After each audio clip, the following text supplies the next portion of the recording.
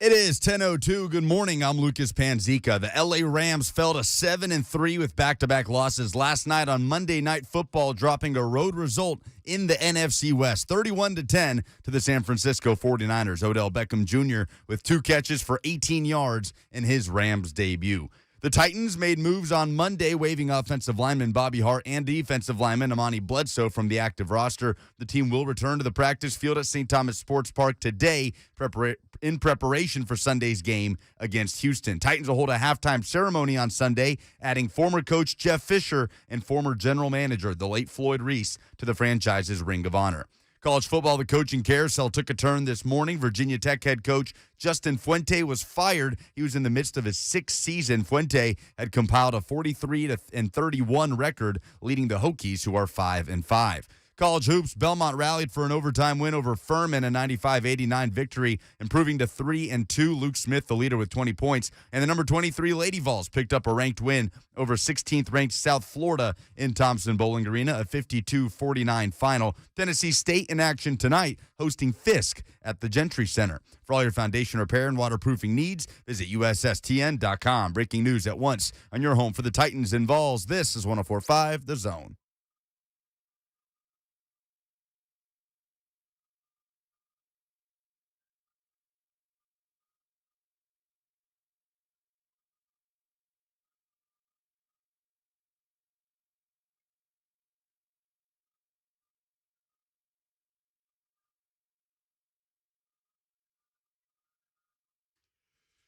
Welcome in on this Tuesday. Hope everybody is feeling right and living well.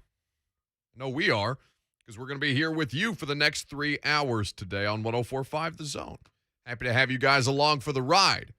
Lucas Panzica making it all happen behind the scenes. We're going to have some great guests ahead for you as well. Our buddy Ryan McGee of ESPN and the SEC Network. He'll join us at 12:20 because there's going to be a lot of college football talk ahead of the playoff committee meeting and television product that results after the fact and the new rankings that will debut this evening. We're taking your calls all day long. 615-737-1045 is the number. 615-737-1045. But I feel that we have to start with something that's, I think, very important in the world of the National Football League. This is quite concerning. Off of Monday Night Football's results. Did the Titans break the Rams? Kind of feels that way, doesn't it? They, for the second week in a row, got absolutely dominated by an opponent. They were beaten in much of the same way that the Titans took them down at home 2 weeks ago on Sunday Night Football. It wasn't at all close with the way that the 49ers came out there and smacked them in the face. Now, we know that the NFC West is probably the best division in football. Like, even if Mr. Unlimited's pinky or thumb or whatever finger issue he's dealing with, Russell Wilson, right now, no matter how bad he looked on Sunday, and I don't think Geno Smith would have gotten shut out, but that's a conversation for another day.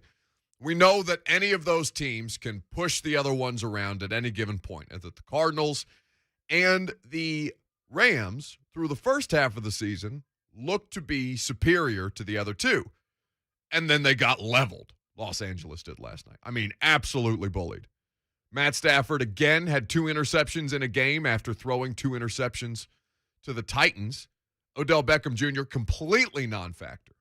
2 catches, 18 yards. But Pro Football Focus wants to know who's going to stop this offense.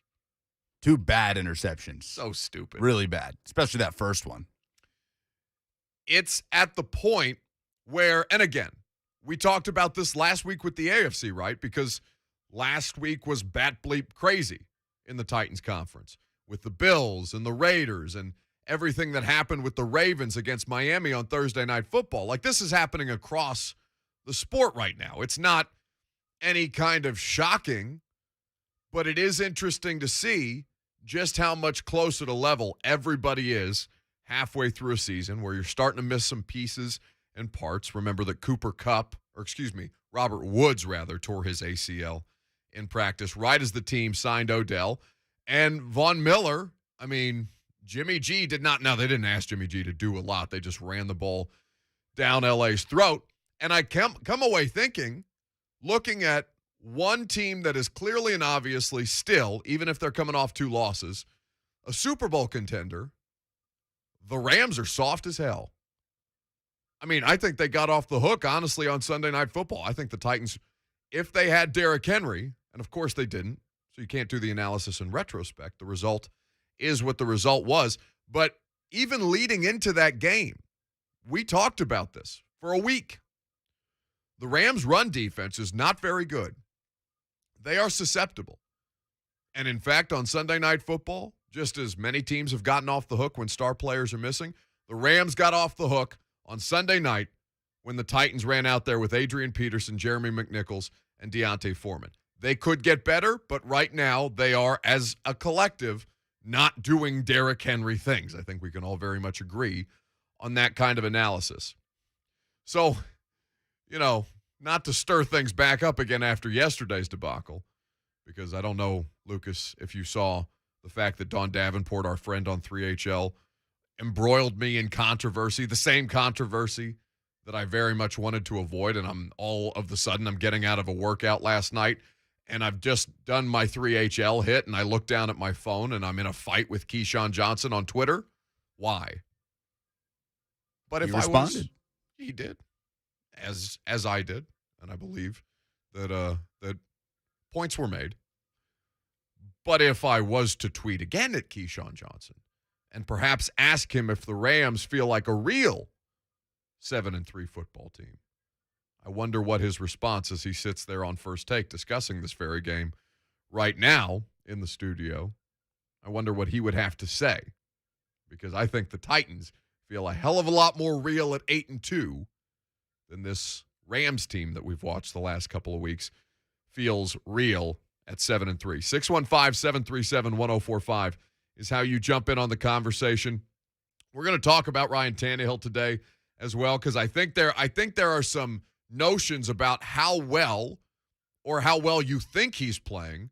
He's playing a lot better than you believe him to be, and I'm going to give you some interesting numbers on that throughout the course of the show. What we're going to talk about coming up next, though, is what's happening in the world of college football, because this weekend was insane. Mondays are always weird times to talk about college football because you're coming off the NFL weekend, and of course, when you have an 8-2 professional football team like Nashville does, that typically takes precedent. But ahead of tonight's rankings, I mean, the situation for college football was wild. And I think, as Lucas described it to me on our pre-show phone call this morning, I think we're very much watching the Butch Jonesification of Florida head coach Dan Mullen. And I imagine that there's a lot of Vols fans who are enjoying that and also being like, thank God they didn't hire that guy. We'll get to that later on. We'll talk about it with ESPN's Ryan McGee. He'll be on the show at 12:20, so make sure you're sticking around. In the meantime, how good do you think Ryan Tannehill has been this year? How would you evaluate the Titans quarterback is what we're going to discuss coming up next. I'm curious to hear what Titans fans feel about how he's performed through 10 games. We're not quite to the bye, but it's through the halfway point of the season, and we understand what the collective team's record is, but I want to focus on this individual coming up next. I'm going to tell you why I think that he's playing and why I know he's playing a hell of a lot better than you think he is. I'm Buck Reising. It's 104.5 The Zone.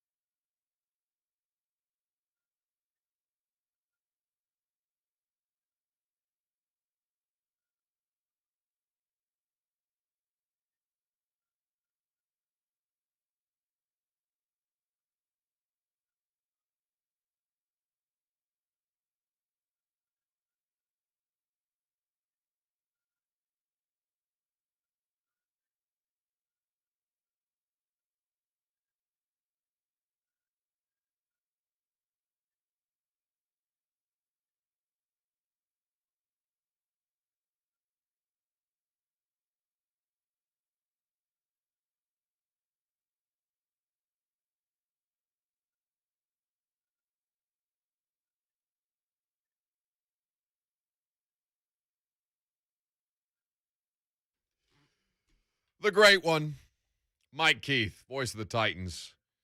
Titans radio on the call. Michael Pruitt touchdown catch after Dylan Cole. Dylan Cole, my Cole, your Cole touchdown. Gave Titans a 20-6 lead at the start of the second half after that forced fumble on special teams. It's a small sample size of why it is that Ryan Tannehill is being criminally underrated this season. And again, because I heard Mike Vrabel say this at a press conference yesterday. And again, when we're talking about things that are said at press conferences and how much you actually want to dig in to what they're giving you as opposed to what is just coach speak, right? It's easy to kind of fall into a lull after hearing things like this so many times. But it's always been the same version of the Titans go as Ryan Tannehill goes, even when Derrick Henry is on the field. What Derrick Henry is and what Tannehill and Henry are together are, I don't know if it's a perfect symbiotic relationship, but it's difficult to find two players whose skill set in an offense mesh better than Henry and Tannehill, right? But without Derrick, the Titans lack playmaking, explosive plays, these massive touchdown runs that cause the stadium to shake. Those things are not present from the offense at this point. That's not something that Ryan Tannehill can manufacture on his own, because it's not like he hasn't continued to be aggressive down the field, although I think when people watch him and when they look at 12 touchdowns to 8 interceptions, more picks than he threw all last season, I think there's this kind of weird notion that even though they're 8-2 and he through 2.5 years at this point has been a top 5 quarterback in the NFL, that somehow the Titans are not being helped, if not outright pulled along, by Ryan Tannehill. And I don't understand why that notion exists. That's why I'm curious to hear from Titans fans today. 615-737-1045. How would you evaluate Ryan Tannehill at this point in the season? Because the interception that he could have thrown was wiped off the board by that defensive or by that roughing the passer call that I know a lot of people are looking at as ticky-tack, but it falls in line with every other roughing the passer call that we've seen this season. Whether you like it or whether you hate the call is the call, and it's one of the few that you felt like Jerome Boger and his crew got that right. And there were calls that were missed on both sides, as there are, it seems, every week. By the way, the ref of Titans-Texans this weekend, do you know who it is, Lucas? Yes, it's our friend Tony Correnti. Tony Correnti, the hip-checking ref. Hip-check god. Who will see no taunting during his game on Sunday. So that will be, I think the ref is going to be as big a spectacle as the product on the field when the Titans host the Texans. But with Ryan Tannehill, I don't understand why this perception exists, because I'm going through, I obviously watch the games. It's not just eye test. I go back, I watch the game in person. I study the game after the fact. I'm going back through and looking at the coaches' tape on Game Pass before Greg Cosell and I do our podcast on Wednesday, because I know that's going to be super film-based. And then I hold that up against what I'm seeing on film, not necessarily knowing what the play call is or what every player's responsibility is on any given play. It's impossible for us to know that. We can just look at what went right, what went wrong, and where the execution was on whose part. And then you can look at the numbers up against that with statistics that give you a better evaluation of what an individual player is right now. This is a quarterback in Ryan Tannehill that, because of I think it's 12 different offensive linemen at this point, somewhere in the neighborhood of there, they have collectively, as a position group, not just as a starting five, they are the third worst pass blocking unit in football, the Tennessee Titans. They have not been able to keep the offensive line healthy. That has that has made their consistency week to week as a proposition. They're tied for the 4th most sacks in the NFL right now. They got 29. So Ryan Tannehill is consistently under duress this season, and yet playing high-level quarterback. Not just as his team at 8-2 and leading the conference. He's been hugely efficient. He ranks 10th among qualified quarterbacks in expected points added per play at .197. That's just behind Aaron Rodgers in 8th place and Joe Burrow in 9th, which is right about where he belongs at this point. And yet he's thought of as Baker Mayfield or Kirk Cousins or one of these middling quarterbacks that's good enough to keep you in games and make you think you've got a quarterback, but not actually win anything that's worth a damn. So all of this under duress, there's only 6 players at the position that have gotten rid of the football on average faster than Ryan Tannehill this season. His average time to throw is 2.65 seconds.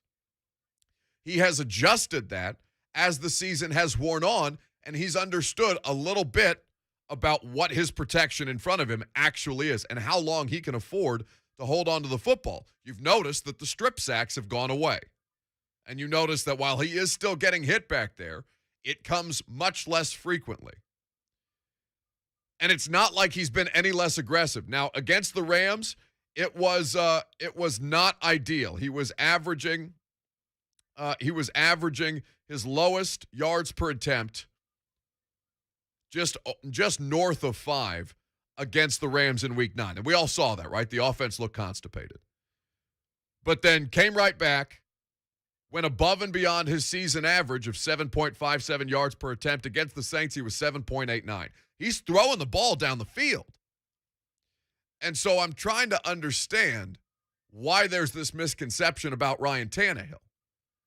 Because as Mike Vrabel pointed out yesterday in his media availability, this team is basically predicated on Ryan Tannehill's failure and, more importantly, and more obviously this season, Ryan Tannehill's success. Yeah, I mean, I think Ryan, is obviously our leader, is our quarterback, and, we'll go as he goes. That's, we got to take care of the football. We've got to, whoever's in there protecting is not going to protect, hopefully, any differently. They may not do a good a job, but the idea is going to be the same. We're going to have to be firm in the middle of the pocket. We're going to have to block inside out. Know that when you can show them examples of the quarterback stepping up and, throwing passes and whatever scheme that we have, completing them, then that's what you continue to show them. Just like the other day, he stepped up, threw a nice one there to Marcus, on the through route. So it's hard to function, if protection breaks down, or there are guys in the middle of the pocket, or there's guys on them. It doesn't matter who you are. That's Mike Vrabel yesterday at his press conference. That last part is critical, right? It's hard to function if protection breaks down, or a guy is in the middle of the pocket, or there are guys on him. It doesn't matter who you are. Ask Matt Stafford. Yeah, Matt Stafford. Well, and by the way, that's Sean McVay not helping his quarterback enough, because the Rams are just a straight drop back passing team, and that is allowing teams to feast on him. If you have a good enough pass rush, because your offensive line isn't nearly as athletic as the 49ers or as the Titans are up front right now. They're just going to straight up beat you if you continue to play that kind of game. That's the biggest flaw with the Rams at this point, is that they are so predicated on a pure drop-back passing game, and Stafford does not possess even Tannehill mobility, right? Tannehill is an above-average athlete at the quarterback position. And you see the offense reflect that with the ability to move the pocket, to roll him out, to score rushing touchdowns and make plays with his legs. This is a clear and obvious advantage of Ryan Tannehill in this system, and a coordinator in previously Arthur Smith, now Todd Downing, who still understands how best to utilize Tannehill's skill set. What Sean McVay is learning is that he's good at that, Stafford is, but he can't just do that. That's the clear and obvious difference to me.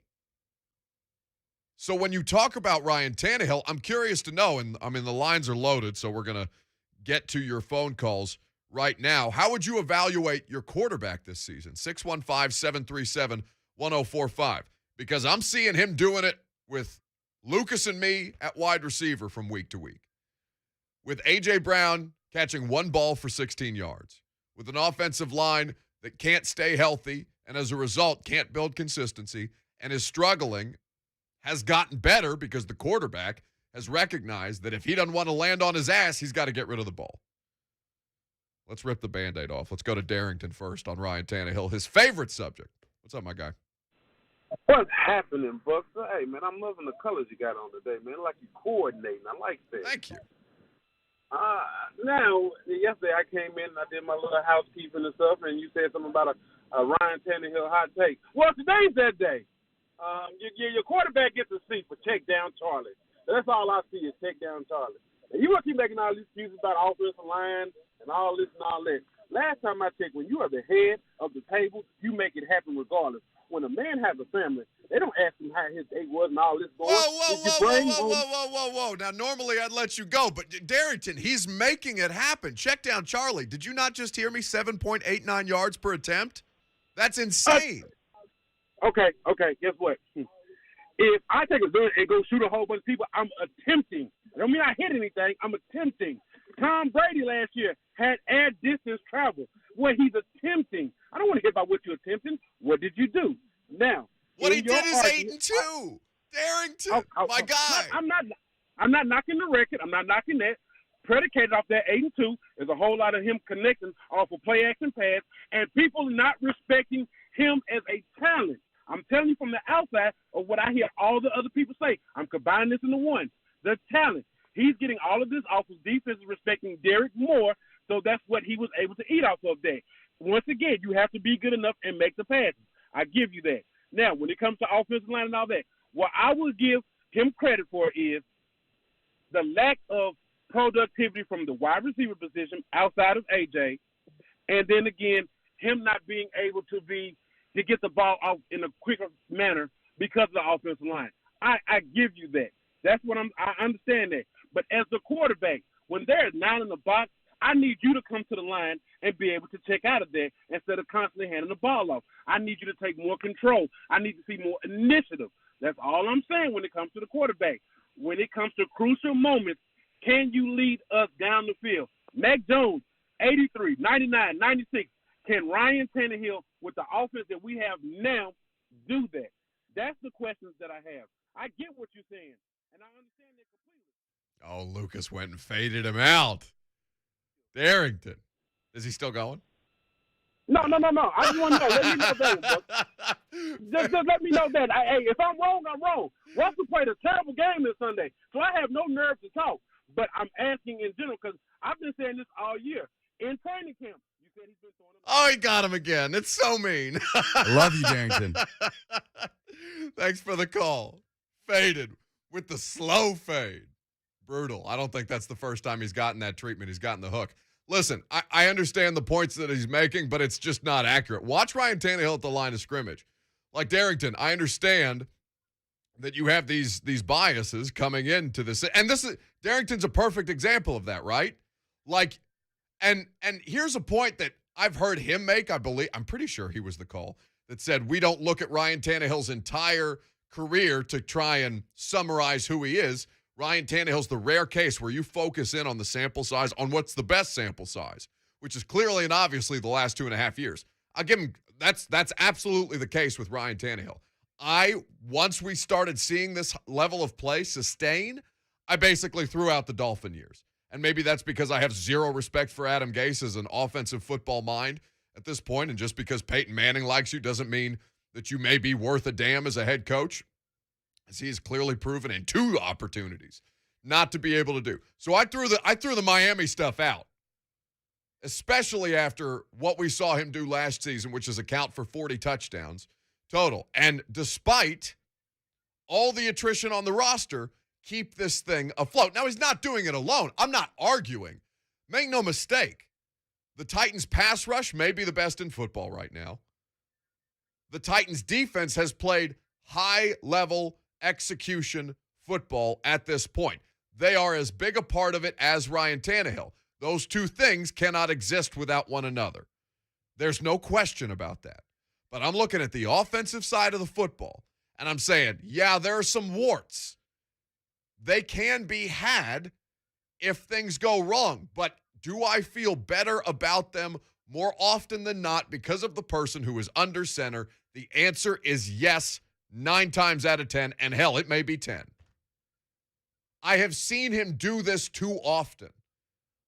I have seen enough of film of Ryan Tannehill with the Titans to understand that it's sustainable even without Derek. It's not going to look as pretty, which is basically what the whole summary of yesterday's show was. But do not fool yourself into thinking that Ryan Tannehill is checking the ball down. Again, I think Darrington's just misunderstanding fundamentally what yards per attempt is looking at. That's how aggressive the quarterback is being on average down the field on every pass attempt. If the check down is there, sure, he may have a higher, and I don't know how high a percentage his pass completions are coming on checkdowns as opposed to routes run. I don't have that information on hand. I can find it for you, but it'll have to be during the commercial break or something like that. What I'm telling you is that is a measure of how aggressive the quarterback is on average per pass attempt. Don't get confused by what it's saying just because I'm not saying completion percentage. Let's evolve our conversation a little more to understand what we're watching. And what we're watching is high-level quarterback play despite what is crumbling literally around this man's feet. 615-737-1045. Let's go to Adrian in Columbia up next. How would you evaluate Ryan Tannehill? What's up, man? How y'all doing today? We're doing well, boss. Yes, sir. I just want to say this. Since Ryan Tannehill has joined the Titans, he's led in the NFL in passer rating, led the NFL in yards per attempt, led the NFL in fourth quarter comebacks, leads the NFL in game-winning drives, top 3 in touchdowns per percentage per pass, top 3 in completions, got us to an AFC championship and an AFC South Division championship. My thing is he's playing excellent football without excellent role players around him due to a lot of injuries this year. And I have a thing to say to Titans fans, if y'all really don't like Tannehill, how about we go get Rusty Smith or Mettenberger or Jake Locker for 3 games and see how good this Titans offense was look with one of them in there. I think Ryan Tannehill is not pretty when it comes to certain things, and that has a lot to do with his surrounding talent. But as far as to say this man's not doing a good job, they're crazy. I've been watching NFL since 2000, like 99, since I can remember. And I've seen a lot of bad quarterbacks, and Ryan Tannehill is not a bad quarterback. We don't get the flashy plays that people want, but when has Tennessee ever been flashy? We've always been hard-nosed, hit you in the mouth, good defense, win by 3-7, and that's us. We have not changed, so I don't know why everybody want to try to keep up with the Joneses. Hey, I'll tell you one thing.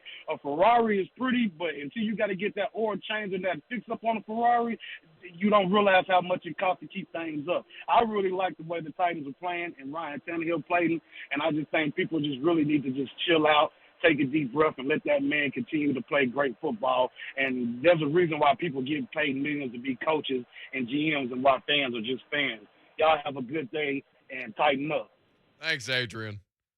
That's what I'm saying. Like, if here's kind of the way that I'm processing this, all right?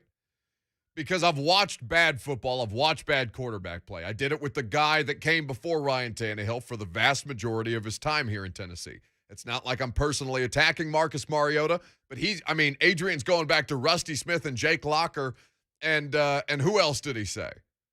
I can't remember. Zach Mettenberger? Zach Mettenberger, yes, the Mets show. Literally winless in every start that he made Mets show. You don't have to go back even that far. Go back to Mariota. They can build the team similarly and not be able to get the production and not be able to ascend to the heights of what the roster is capable of if the quarterback play is subpar. When it's above average, 8-2, 2020 AFC South divisional winner. AFC Championship appearance in 2019. It is not a question. It's literally not a question. I'm not saying that you have to go, face first into the numbers on Ryan Tannehill and that you should only box score scout him because the numbers say he good. No, it's the numbers next to the film that tells you, okay, there is X, Y, and Z wrong with this roster right now, but look at the ways that the quarterback is overcoming it. And not focus on the fact that, Ryan Tannehill, I don't know if I trust him anymore because he got an interception that was wiped off the board because Jerome Boger called roughing the passer. Like, I don't understand why this is so difficult to process. And maybe it's not. Maybe I'm just in an echo chamber of people on social media who all they want to say is bad things about the quarterback. Because I feel like most people get this. But then I log on and I'm overwhelmed by people during these games saying Ryan Tannehill is the thing that's holding us back. Holding you back from what? It's insanity to me. Judy is in Murfreesboro up next. Hi, Judy. Hi. I have to preface my remarks by being from Murfreesboro. My favorite Titan is KB because Okay. he's the mayor of Murfreesboro. Yes, ma'am. But I think Ryan Tannehill is being overlooked everywhere except places like your station. Even the national media won't even say his name. They call him the Titans quarterback. He has a name. And whether you like him or don't like him, or whether he's playing poorly or playing great, he has a name. And the second thing is, the poor guy never knows who's going to be out there on the field with him. He has to go with what he's got, and that's what he does. And so, to me, that makes him the number one quarterback. I'll hang up and listen. Well, thank you so much for the call, Judy. I appreciate your assessment. Again, I'm not saying that Ryan Tannehill, because what Judy's saying is, what Judy represents is what I think a lot of people who have seen a lot of bad quarterback play in Tennessee understand, that he is the best thing that they've had, since Steve McNair. I don't think that's any kind of, that's not any kind of a fiery hot take. I'm not singeing anybody's eyebrows listening in your car on the podcast to say, there has not been a Titans quarterback as proficient at his job as Ryan Tannehill since Steve McNair. And what Judy is saying, Judy, I think we would have to disagree as far as the best quarterback in the league, but I think he's right there neck and neck with the guys who you would consider at the very, very top of the sport. But it is not discussed that way by any stretch of the imagination. When we come back, we'll do winners and losers of the football weekend. We'll take more of your calls as well. Stick around. There's a lot more to do. I'm Buck Reising. It's 104.5 The Zone.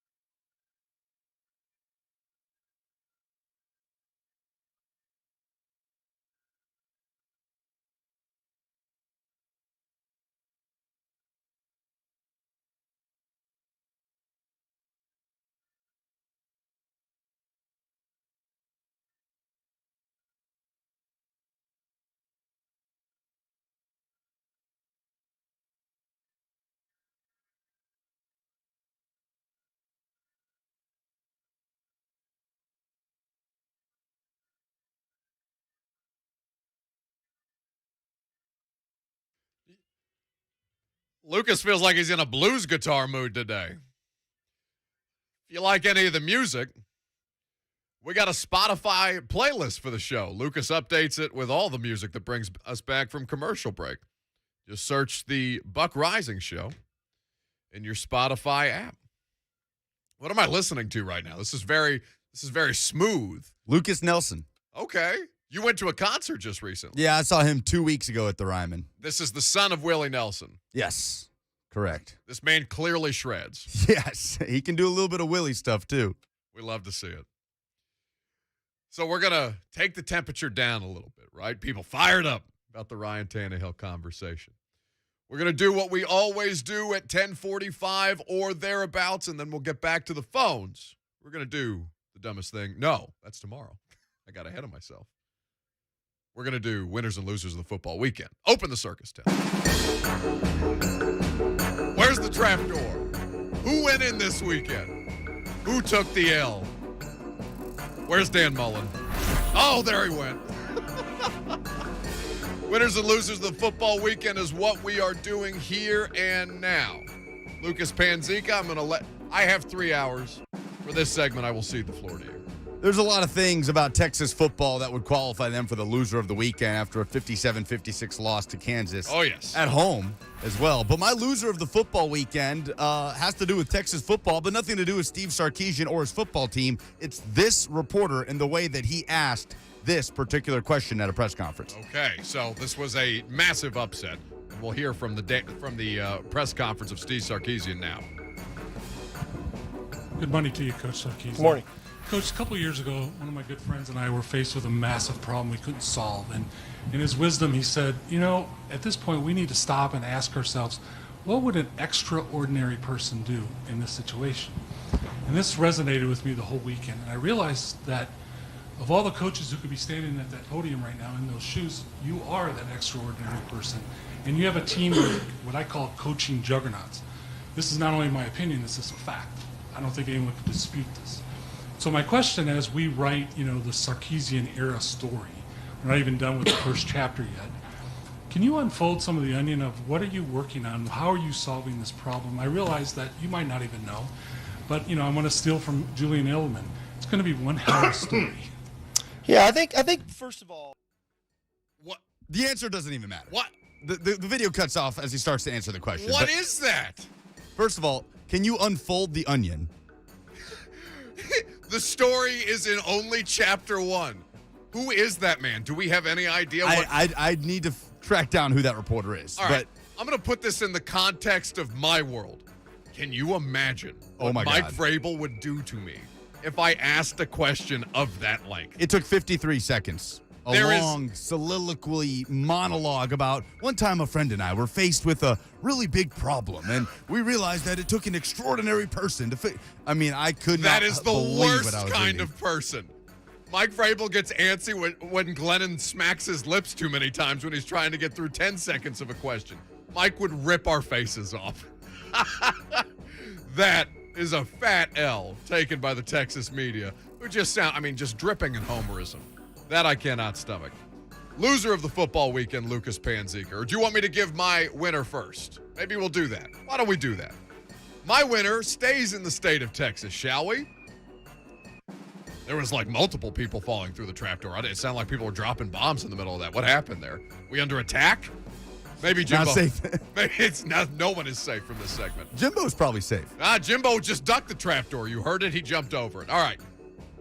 Jimbo Fisher is at the podium after beating they beat Ole Miss over the weekend. Jimbo Fisher is now being discussed as the next head coach of LSU by the coaching hot boards, the rumor mills, all these things. Jimbo Fisher is getting the Mike Tomlin treatment when he was being asked a couple of weeks ago about USC, and Mike Tomlin had his never say never, but never moment. So Jimbo Fisher, he's had it up to here. He doesn't want to go through the trapdoor. He don't want to go to LSU. He likes where he's at right now at Texas A&M in College Station. And he's kind enough to explain to us why. Amid of the persistent reports, are you at a point where you can guarantee that you're going to be staying at A&M for next season and beyond? Here's about. I've told everybody I'm staying here, and I've told everybody I plan on being the coach at A&M. All right. And everybody thinks all coaches lie. I know y'all don't believe us. All right. That's. Oh, it cut off. The percent. Are we running it back? And everybody thinks all coaches lie. I know y'all don't believe us. All right. That's why we don't trust y'all. Okay. So we're even. Okay. Whatever we say, nothing's off the record. Okay.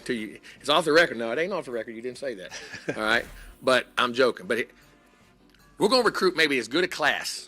Here's a bet. Because I said the other things. I plan on being. I love the AD. I love the president. I love the chancellor. I love living here. I love being at my ranch. I love the family loves it here. I love Kyle Field. I love the people. I love all that stuff. And that's obviously not good enough. And I get it. I'm not mad at you. Oh, I'm sorry. Seriously. I read the reports and people come to me. I don't want to hear. I'm not interested. We may recruit number one. We're going to recruit an unbelievable class this year. Okay. So I'm either the dumbest human being on God's earth. Okay. Who's going to recruit all these guys to A&M so I can go across over here and go play against them, okay? If I did that, you ought to say, that's the dumbest human being. I don't want him to be my coach, okay? Guys, we're going to recruit a heck of a class. We're going to have special things here. We're building special things. They're investing in the program. They're investing in everything we got. We're building a culture. We're not where we are, and that was a disappointing thing about Saturday for me, that we didn't take a step in some of the things I thought we really should have, and it wasn't because I want to. It's got out there, and I got to do a better job explaining to our players to get them to do it. But I want to be at A&M. I plan on being at A&M. I ain't going I don't want to be nowhere else. I love being right here. That's Jimbo Fisher. I'll make my loser short because the loser is me because I misread the box score and I said that A&M beat Ole Miss. They did not. Ole Miss beat A&M by 10 points. What are you making a face? You didn't help me. No, I didn't. You didn't help me at all. You could have stopped me. I was broadcasting. I didn't get to watch that game. Oh, I'm so sorry. Thank you for helping the show. But I believe Jimbo. Oh, yeah, because he's scared of Walter Nolan, who he's just recruited, the top defensive line prospect in the class. Unbelievable. The top prospect in the class. They're putting together quite a team, quite a recruiting class in College Station. And Jimbo Fisher's response, I thought, was exceptional. We'll get back to the phones coming up next. We're also going to get into the world of college football because it got messy over the weekend, particularly in the SEC. Ryan McGee is going to join us at 12:20. Make sure you're sticking around. I'm Buck Reising, 104.5 The Zone.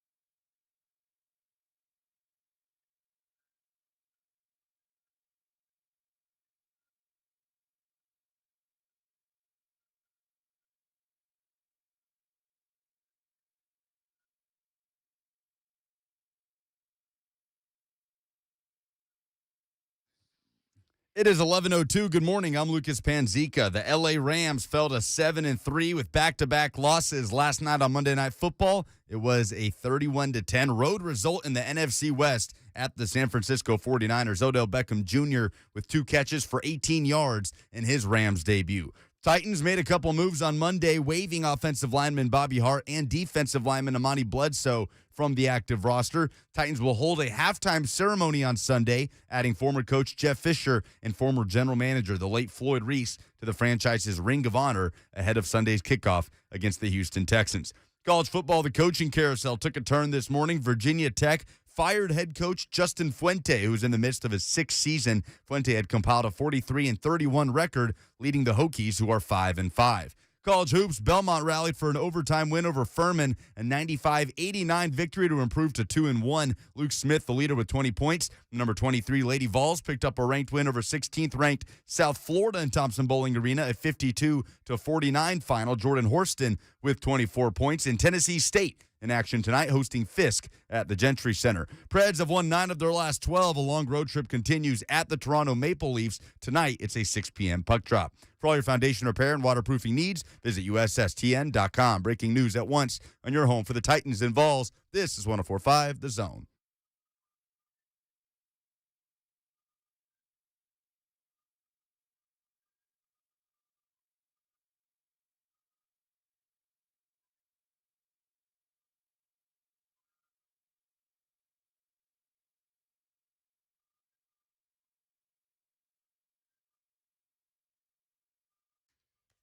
Hour number 2 off and rolling on this Tuesday.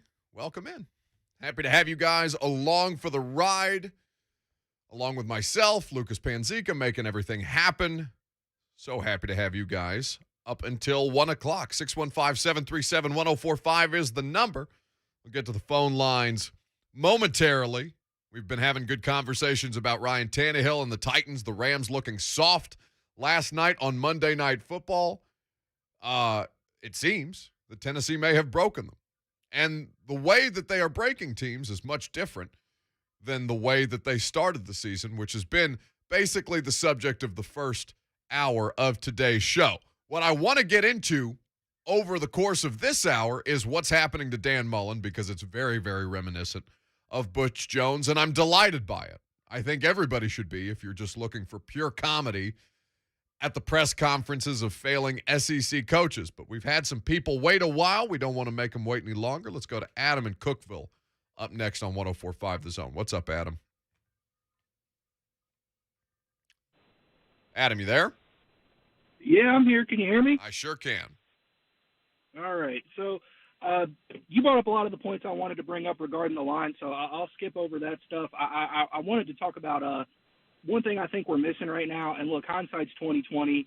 I think he got overpaid, but since the Chiefs game, we really made a concerted effort to try to get the tight ends more involved, and not having Jonnu to be able to win those one-on-one matchups over the middle and kind of take some of the stress off the outside guys getting doubled. I really think that's something we're missing, and something that I think is going to hurt us a little bit going down the line, but hopefully one of those three guys Adam, is not gonna be able to step cut up you and help off, but look at it this way, all right? The targets in Arthur Smith's offense were going to the tight ends. The targets in Todd Downing's offense that used to go to the tight ends go to the running backs in the screen game. Like that's basically what it is right now.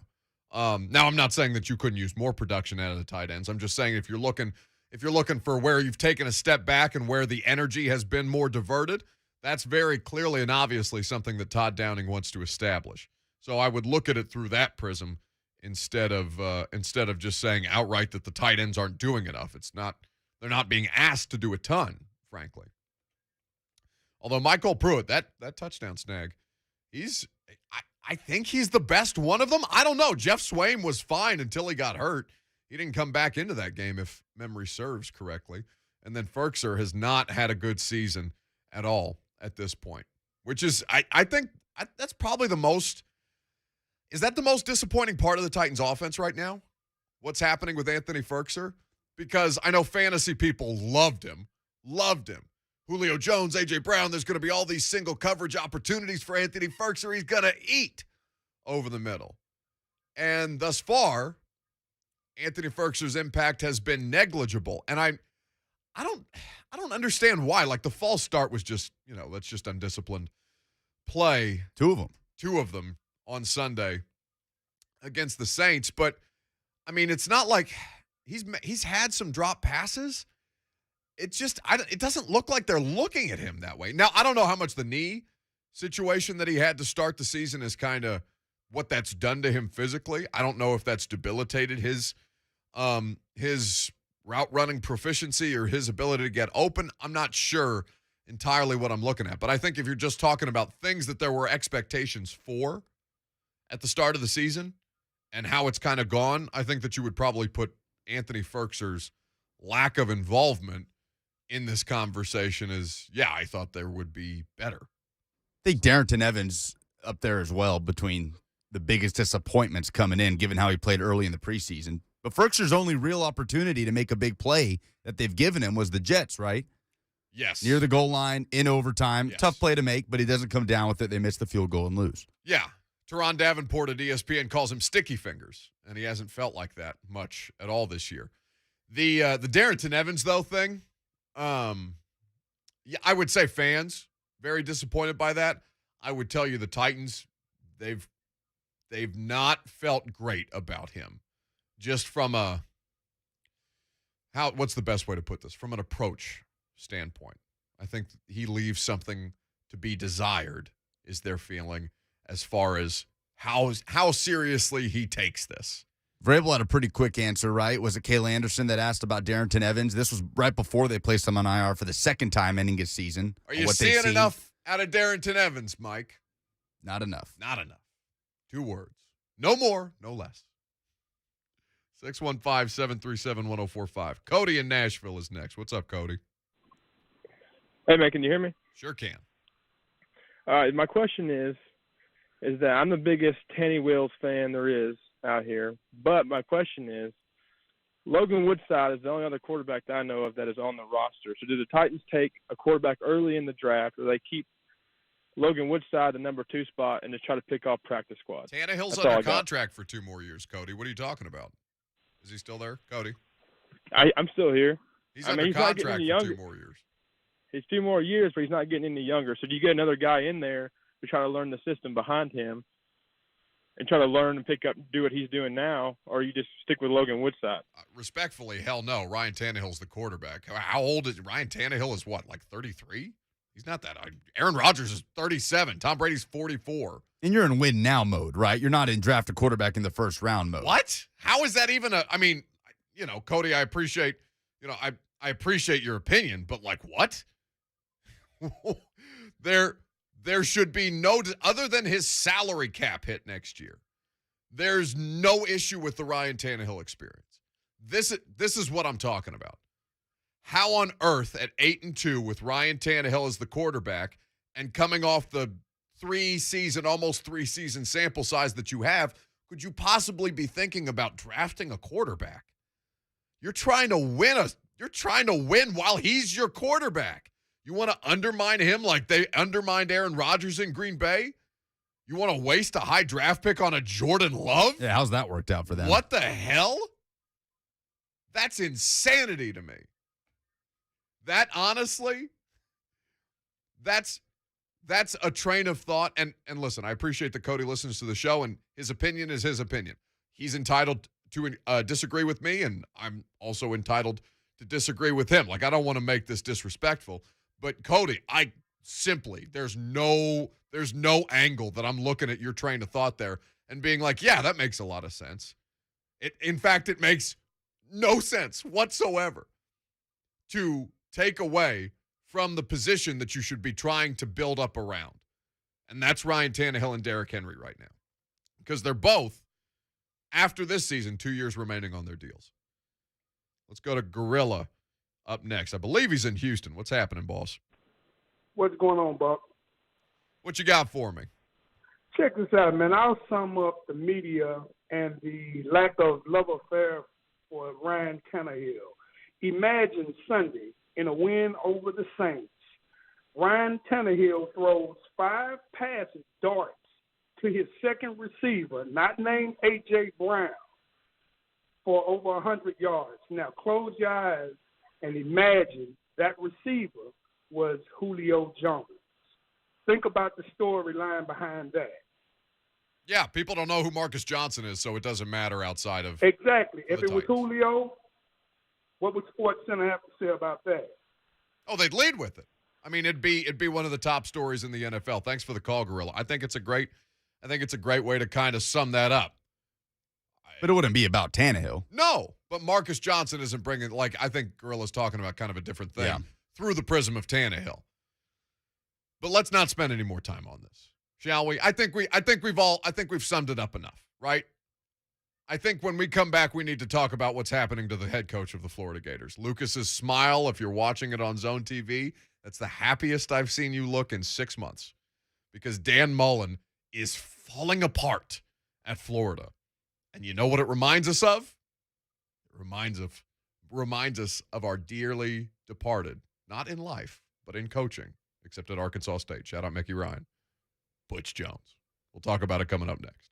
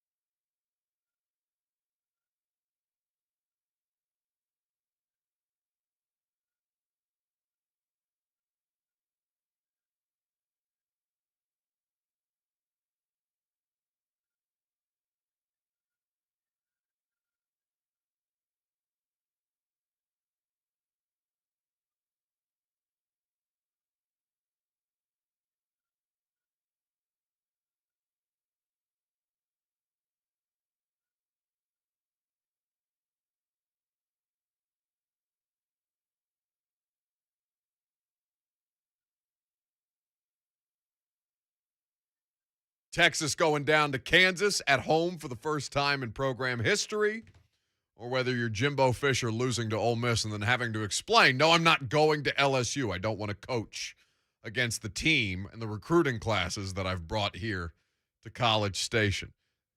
But nothing more shocking in the world of college football than Florida, who won, but did so after much consternation and much struggles, trailing 42-28 in the first half against Samford. Not Stanford, not Pac-12 Power 5 school Stanford, that has had up and down years, but has a strong enough tradition of high-level college football. No, not the Stanford Cardinal, Samford. It's a school that makes T-shirts that say Sam, not Stan. I had to look up where Samford is, and I'm still not entirely sure. From Birmingham. Yes. I took my prom pictures there. Oh, that's quite lovely. Can we get – ooh, I want to see your prom pictures. I think social media would enjoy your prom pictures. You want to do that for clout? Other than tweeting Derrick Henry, where is he at stats, since you no longer have that on Sundays for the retweets, prom pics? No, that's kind of evolved into Jeffrey Simmons as he nears 8 sacks as an interior defensive lineman. For all of your clout stats, at Lucas Panzica on Sundays. But Dan Mullen, who ended up winning this game, 70-52, allowed Samford to score the most points in a half against the University of Florida in the program's history. Not 2019 LSU best college football offense any of us have ever seen. Not national champions at Alabama or Georgia or even Tennessee. Samford. So Dan Mullen there's videos of him dancing in the locker room after the fact. He's getting criticized because it looks like Dan Mullen's just happy that he didn't get fired at that very moment. And I don't think anybody who is paying attention to the world of college football or understands what kind of pressure that institutions like Florida, Tennessee, Georgia, Alabama, these high-level SEC programs, how much pressure the coaches are under to not just beat see, I did it. Samford. Sam, not Stan. Sam, not Stan. The land of Jimbo Fisher and Bobby Bowden. It doesn't matter. They shouldn't score 42 on a Florida team. I don't care who is on the Florida team in a half when nobody else has done that before. So Dan Mullen refuses to apologize or acknowledge that what he did and what his team did on Saturday, despite the win, was any kind of disappointing. This was Dan Mullen, and I want you to listen to this post-game press conference because as Vols fans, this tone and this approach probably sounds familiar. In fact, we're going to go back in a time capsule to 2016. But first, we're going to hear from Dan Mullen on Saturday. Performance in some ways. I mean, Thank you, Trent Grimm from The Independent right there. No, but I mean, that's a win. I get it, Dan. I get it, Dan. But no you team had ever scored even 42 points in the first half of. Yeah, I don't think. I think Gators though you look at that. I don't think. I don't be. They're a offensive football team, and they score points. They have some good players. So I don't think calling a win disappointing is disrespectful to the game. And our players. I really do. I'm going to pick on you as a Trent Grimm. You have to stand. Don't you have to stand up? You got to say, "I'm Trent Grimm from The Independent." But it is. What is he doing? It's Ted Lasso reference. I don't think you've watched Ted Lasso yet. No, Apple TV is one of the few subscription or streaming services that I'm not forking over piles of money for. It's a reference to Ted Lasso. But that's not what Florida fans. In fact, that's the very last thing Florida fans want to hear, right? From their head coach after almost losing to the Samford They Bulldogs. want to know that he feels the same way they do, which is what the hell? They want him to be furious at that performance. Not dancing in the locker room with the players. And listen, I'm not mad at the play. I don't care about the players because I saw people like Paul Feinbaum coming out there and saying, well, that's the players just not caring. The messaging from the coaching staff isn't hitting them. That's undisciplined, bad football.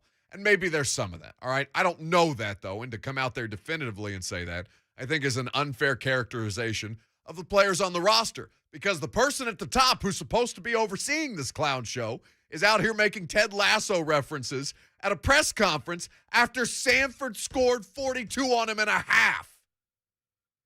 Dan Mullen, what are you talking about? It is so reminiscent of Butch Jones and the fall from grace that started, I think, in 2016. So much so that we think at this point, Lucas and I, we've decided, all right, consensus. We almost never have this have consensus on this show. We have decided that Dan Mullen in 2021 is the newest Butch Jones.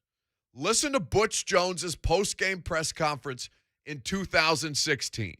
And I'm going to set this scene for you, and then Lucas is going to describe. He was in the student section for this game. I'm going to set this scene for you. You're going to hear from Butch, and then we're going to get context on why Dan Mullen is now Butch Jones, or why Butch Jones is now Dan Mullen, however you want to look at it. 2016, Missouri's at Neyland Stadium. Everybody in the stadium is paying attention to Florida and LSU, because if Florida wins, Tennessee's hopes to win the SEC East, they're dead, buried, and gone. This game and what happened after the fact, where Butch Jones is talking about this as to whether it's a disappointing situation or not, because Tennessee has now been mathematically eliminated despite getting wins over Florida and Georgia that season. Listen to the way that after just hearing Dan Mullen, listen to how much he sounds like Butch Jones. You never heard me talk about it. Never heard the players talk about it. Our goal is to be 1-0 every week. And what happens, happens. And again, I'm not going to sit in here and explain. We just won 8 games. That hasn't been done here in a very long time. Have an opportunity to win 9. And obviously we have strong expectations in this football program. But right now I'm going to talk about the win and talk about our seniors and how far our football program has come. That is a coach who missed the mark, who doesn't understand the temperature of the place that he's at or the fan base around him. That is Butch Jones in 2016, and it sounds just like Dan Mullen did on Saturday. We are starting to see this, and it's different. It's worse than Butch. It's worse because the team is playing worse. The record is worse. Dan Mullen thinks that he can still do a stand-up comedy routine in the middle of a press conference, even though he got the win against Samford. And if you went to Samford or you're a Samford fan, or it's a good school. I'm sure it's a lovely institution. Good law school. Okay. Not a good football school. You can't equivocate that, Dan Mullen, by saying, yeah, they're an offensive program. 42 points in a half on an SEC team. It's totally asinine to get up there and handle it the way that Dan Mullen did. I don't care about him celebrating in the locker room afterward with the team. You're the coach. The team won. Celebrate there. But when you get out there in front and you're expected to be accountable to the people who make this whole thing go, outside of the boosters. We understand that boosters and big money has a lot of influence in college sports. But for the people who you are being asked questions of on behalf of, for Florida fans who want to understand, hey, coach, what happened? Ted Lasso jokes, read the room. 615-737-1045. Is Dan Mullen Butch Jones? Because it certainly feels that way. Frying Pan, we haven't heard from Frying Pan in a while. What's up, my guy? Pan, you got me? Yeah, can you hear me? I sure can. Go ahead. Hey, I'm going to start at the end and work backwards. That way I can keep everything on track here. First, let me just say, the Butch Jones press conference, you're right. It's very similar. Butch Jones said in that press conference, I'm never going to apologize for a win. And it's a similar situation, like you said, with Dan Mullen, who gave up 42 points to Samford. You know, when I went to Austin Peay, we played those guys in basketball. They used to be an OVC school. I don't know what they are in football. I I'm not sure if they're FCS or NAIA, whatever. But Dan Mullen, I'm so glad as a Tennessee fan we didn't hire that guy. So glad. And it's coming full circle because it's been rough to be a Tennessee fan for 20 years. But now look at a program like Florida. The players have melded in on Dan Mullen. They have melded in. If he loses to Florida State, he for sure is gone. For sure. And I think they have one other game. I may be wrong on that. But, yeah, this Dan Mullen guy, man, he's not taking this situation very seriously. And it's going to cost him his job. And even the bigger question is, look, we know Florida's got the athletes in the state of Florida. They've got the facilities. But could Florida be turned into a modern-day Tennessee dumpster fire? Thanks for taking my call. Thanks for the call, Frying Pan. Now, here's what I'll say, all right? Because I know a lot of people feel the way that Frying Pan does. And I think it's a great point. I mean, how many again, this is the second time that this has happened, right?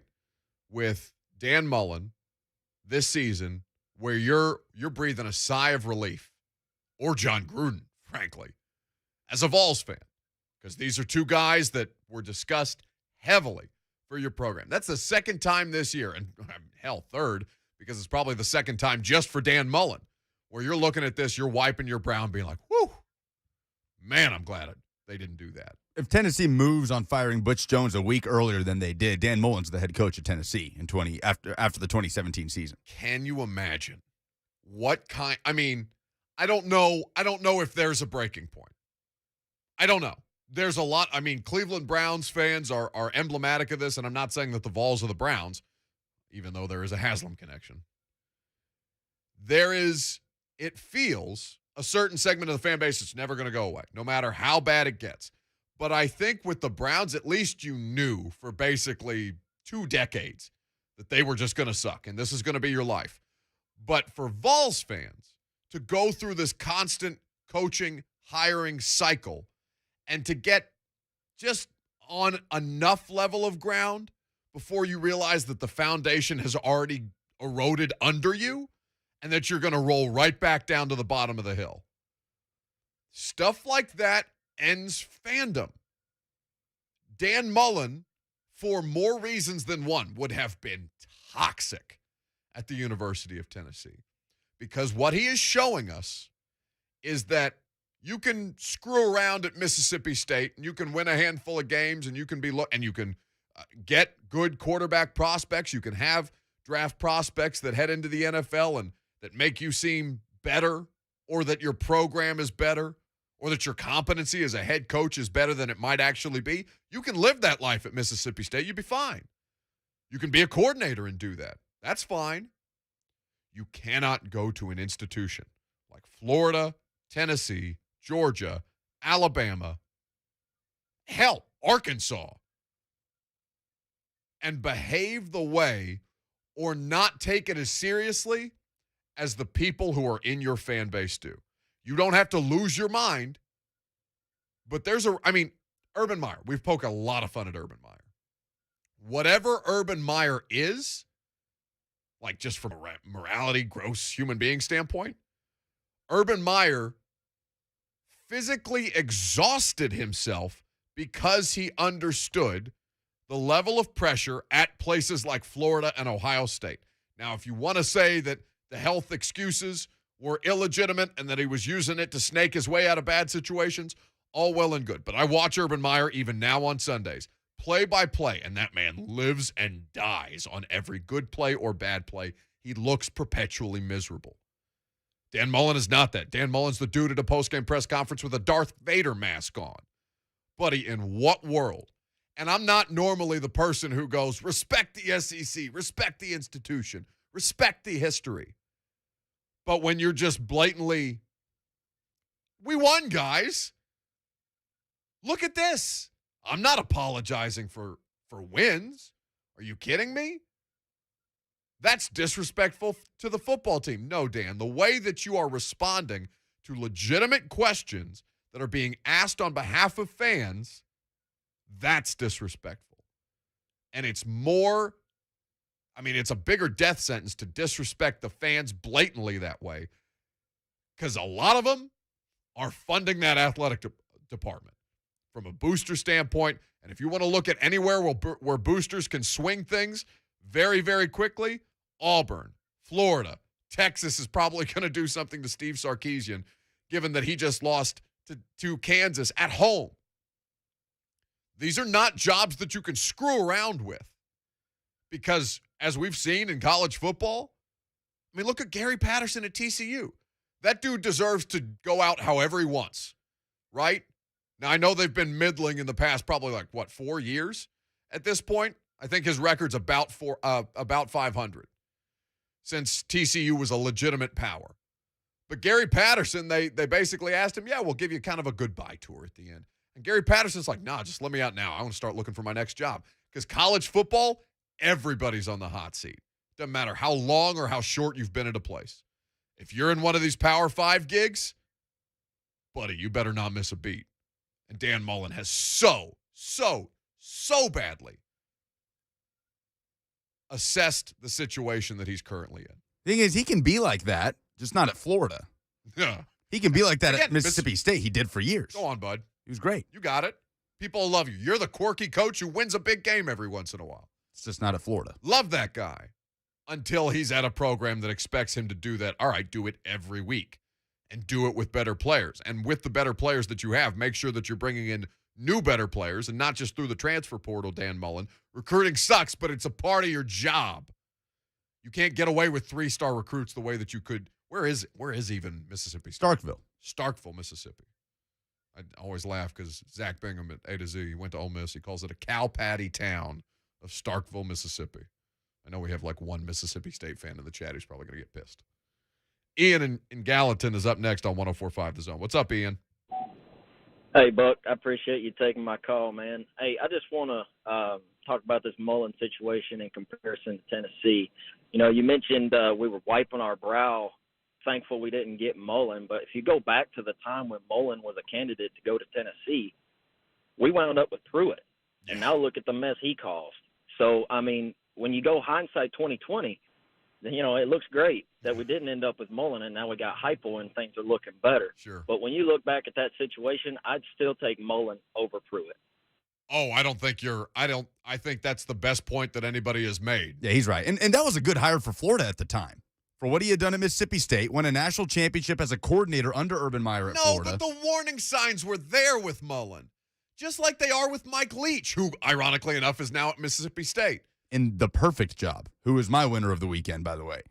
Oh, did I cut you off before we got to that? I don't think we got to it, but Mike Leach is my winner of the weekend. He can have that job for life unless he locks someone's kid in a closet with a concussion.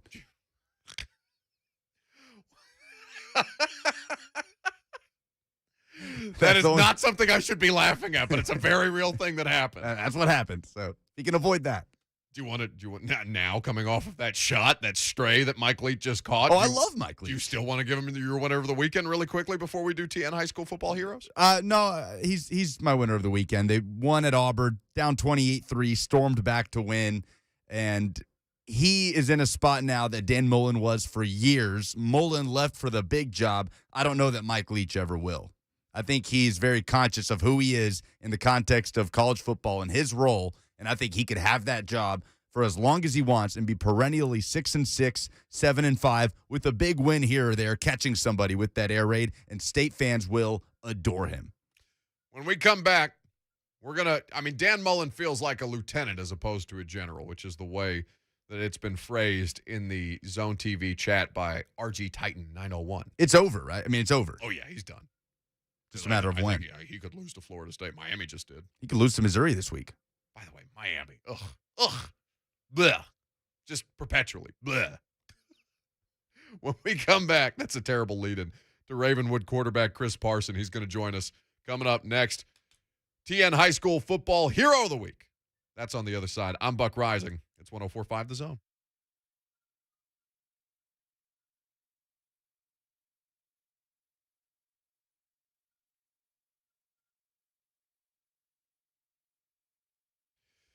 People come up to my friend Gary Ashton all the time and say, don't sell without the intel. That's because it's true.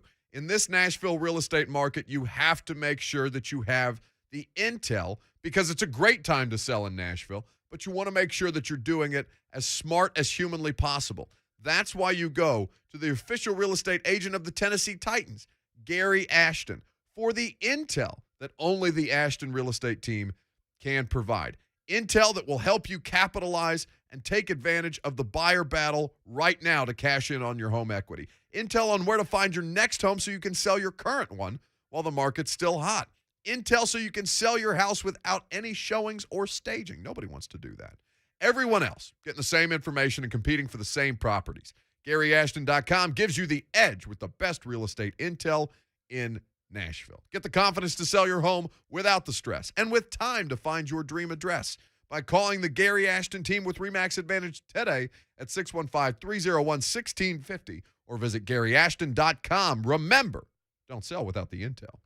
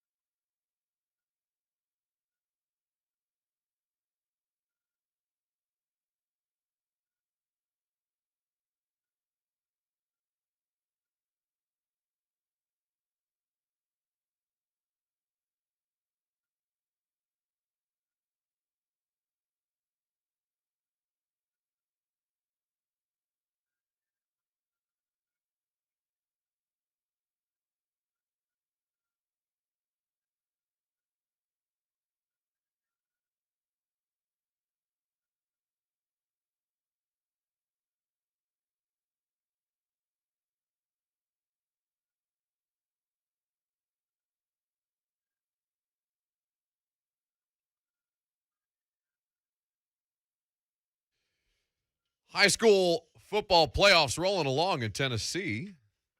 Very happy to have our next Tennessee high school football hero.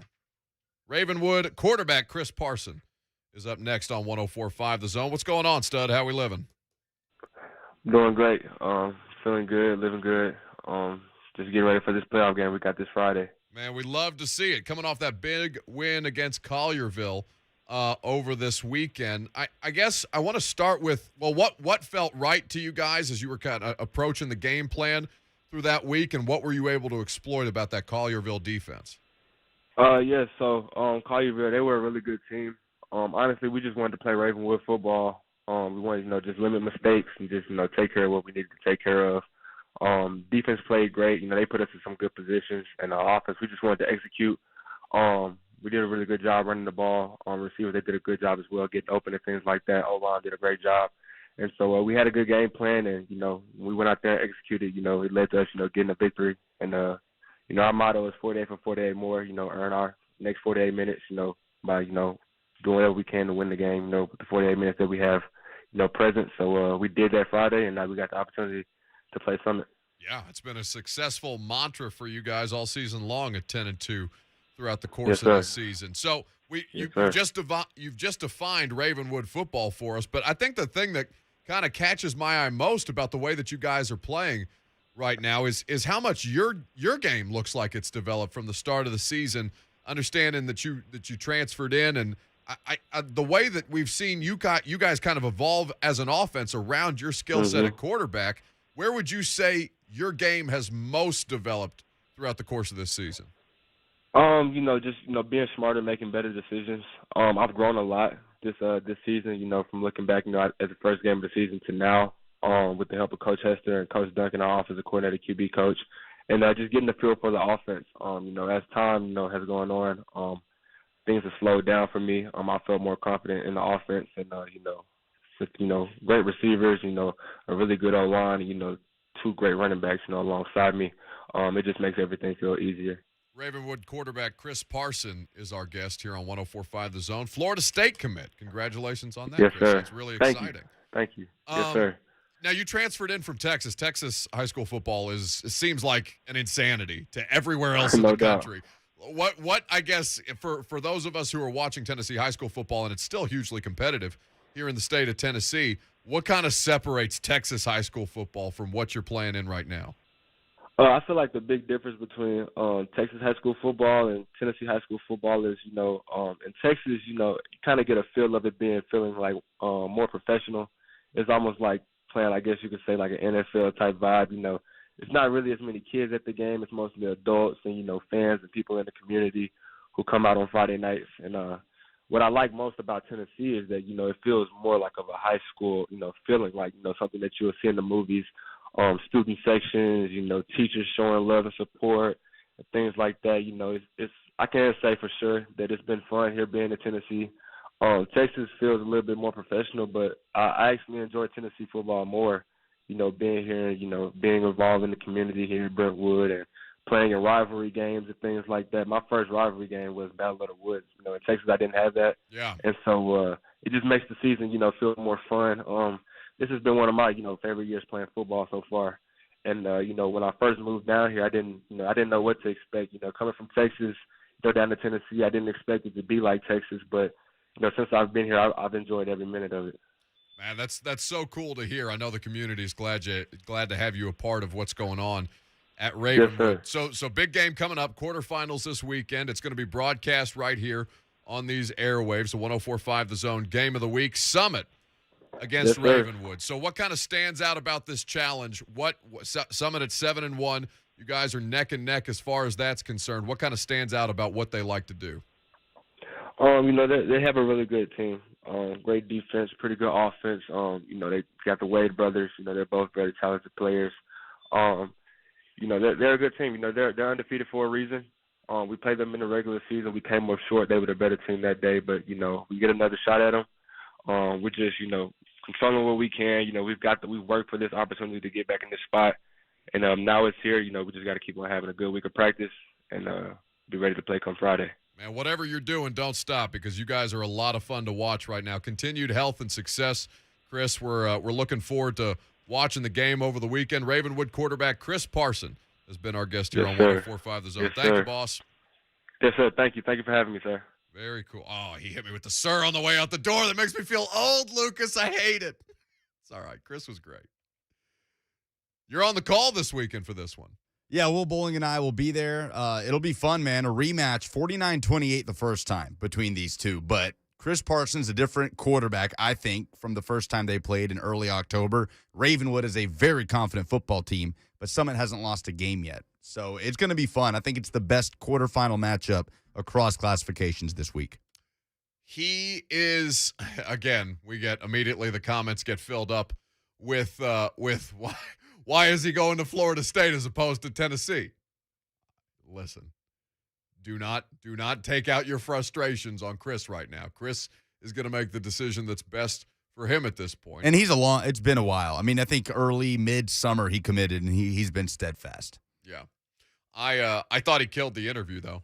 He's been killing everything at this absolutely. point. And look, we saw him in week 1 against NBA, and he just looked like a raw guy, just trying to utilize his athleticism and maybe leaning on that a little too much. I think he's a totally different quarterback. Everything he said about the way he's developed this year, we're looking forward to seeing that kind of play out against a really, really good defense that also has Power 5 talent Friday. And if you're Mike Norvell, you're taking notice of that because that's exactly the kind of thing that you're wanting to see from a quarterback who, you can out-athlete. If you're clearly and obviously better than everybody else on the football field, we know this in college. It's less so in the pros because those are all professional athletes, and professional athletes can play high-level football. They can get hot at any given point, no matter where you are or what your draft status was. But as a high school player, you want to see that growth. You want to see them stacking those building blocks that helps add to their game over the course of a season to where, I don't know if it's a finished product, but you're getting a more finished product that you understand, okay, I can do X, Y, and Z with this kind of player at the next level. And that's exactly what Chris Parson is doing. And you want to see him do it with future Kentucky Wildcat Keaton Wade coming in off the edge to try and sack you every play in a hostile environment against an undefeated team that you lost to by 3 scores a month and a half ago. So there's a lot riding on this game. We're looking forward to it. Spicy. Lucas and Will Bowling, they have the call 7 o'clock. The 104.5 The Zone high school game of the week, the quarterfinals.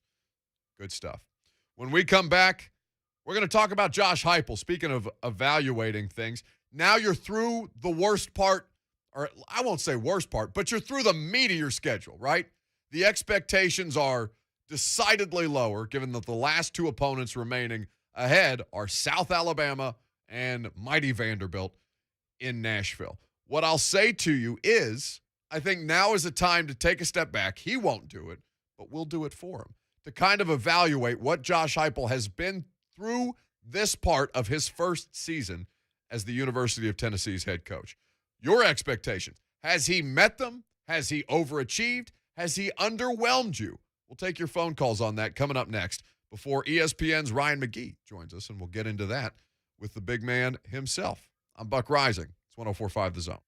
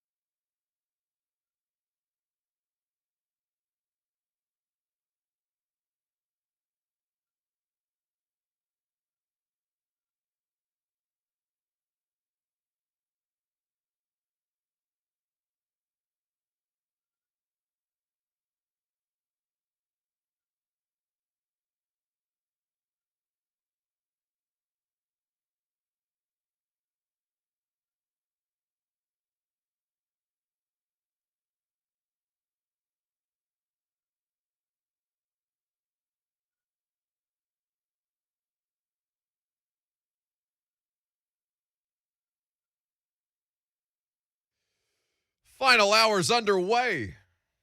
Welcome back. Buck Reising here with you until 1 o'clock. Lucas Panzica making it all happen. Got ESPN's Ryan McGee going to join us coming up next, and we'll get into some of the craziness that's happening in the world of college football, particularly in the SEC. We'll ask Ryan whether he agrees with our sentiment that Dan Mullen is very quickly becoming Butch Jones circa 2021. Taking your calls as well. 615-737-1045 is the number. 615-737-1045 is how you make your presence known. Now, let's start with some breaking news, shall we? Jeremy Fowler of ESPN is saying, actually two big things, and both of them in the AFC. We'll start with the Titans news first. From Jeremy Fowler, pass rusher Bud Dupree with the abdomen injury is considered day-to-day, but is still undergoing testing to determine the severity. He could miss some time, but no hard timetable. So really, that's not anything different than what Mike Vrabel said on Monday, which is that they're still taking him in, they're still evaluating him as far as that's concerned, but that there's been no revelation on that in a day, basically. So a literal day-to-day proposition at this point. Now, Josina Anderson. My understanding is that the Ravens are still hoping that Le'Veon Bell can come back to their practice squad at some point. As of right now, they're getting guys back and need the spot. They've just cut Le'Veon Bell, who hasn't done much for Baltimore. But if he does end up back on their practice squad, that's a team that's had as much injury struggles as the Titans have had this season. So the Bud Dupree timeline is interesting. We'll circle back to that, and in fact, I'm just in the middle of Titans assistant coaching Zooms right now. We're meeting with the defensive coaches today. I've got the Zoom up. I asked like 4 or 5 questions of Anthony Midget, the defensive back coach, and we'll have some of that audio for you tomorrow. But let's pivot back to college football, and then we'll keep you updated on what's happening with the Titans assistant coaches, because there's some interesting questions regarding the defensive line, the outside linebackers now that Bud Dupree may miss some time, and potentially what Derek Roberson may be able to bring as a part of the depth rotation there. Let's talk about Josh Heupel, shall we? Because I think Josh Heupel at this point, you're through the most, I won't say the worst, but I'll say the most stressful part as a fan. You're through the most stressful part of your college football 2021 season, right? As a Vols fan, you're breathing a little easier. You're not sweating South Alabama. Maybe you're going to do something else on Saturday. Maybe you catch the box score and see what Tennessee is able to do. Maybe you're just as locked on because you want to see them finish strong and find their way into at least 7 wins and potentially a bowl game. So now is the time to take a step back, though, after the Georgia game has been decided and you understand, that's probably about what the gap looks like between you and the top program in the SEC East. You've seen Florida, you've seen Kentucky, you've seen Alabama, and you've seen Josh Heupel in game against all of those major Power 5 SEC East opponents. How do you feel about your head coach right now? 615-737-1045. How do you assess the job that he's done? Has he met your expectations? Has he underwhelmed you in certain regards, whether that's recruiting, whether that's in-game decision-making? Because I do have some small quibbles there, but that I want to continue to monitor as long as he's the head coach there, because I think some of that stuff can carry over. Tomahawk Chop 22 on the Zone TV chat, where you can interact with us as well. He says Tennessee getting to 7 wins is a huge success. Won every game they were favored and lost every game they were dogs. You can't complain about that. No. In fact, I think you can be pleased. You can be largely pleased with the product that's been put out on the field. Your offense, totally different world. You love to see it. As somebody who just doesn't want Tennessee football on Saturday to be like, I don't want to dread watching Vols games. You know what I'm saying? That's a part of my job. I'm going to watch Tennessee no matter what, because that's what you guys care about.